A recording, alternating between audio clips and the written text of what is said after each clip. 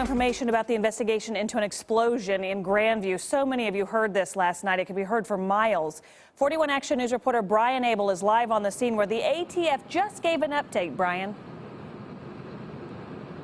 Yeah, that's right, Krista. Good afternoon to you. The ATF announcing that they have found evidence of fireworks manufacturing at the site here in Grandview. Take a look where you can still see those frozen branches from all the water that's been dumped on this scene last night. Crews of the ATF, as well as KC, Mo Police, and Grandview Fire, still on scene right now, piecing together. They're still trying to determine exactly what ignited that explosion, but what they found that was consistent with the manufacturing of fireworks is containers with chemicals. Now, we don't know exactly what those containers have in them just yet, and the ATF moving slowly because typically components of fireworks, when they are outside of the firework, they are unstable. So they are trying to make sure that they don't set off another explosion as they go through and collect more evidence. Now, they're also draining water out of the site, out of that basement area of this former business in order to find more evidence. And what they are finding may be consistent with fireworks like cherry bombs or M80s. Here is what ATF PIO John Hamm had to say about the components of fireworks.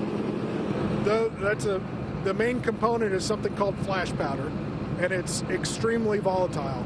Static electricity, dragging your foot across it, all of those things are enough to set it off.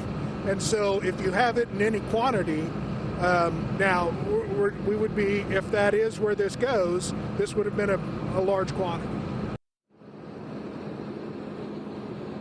At this point, the ATF still not considering this a criminal investigation. They're still just exploring the evidence as to what ignited this, but they do want to speak to the owner. They have not found that owner just yet today. They did speak with him last night, but they are looking to ask him plenty more questions after the evidence discovered of the manufacturing of fireworks here in Grandview.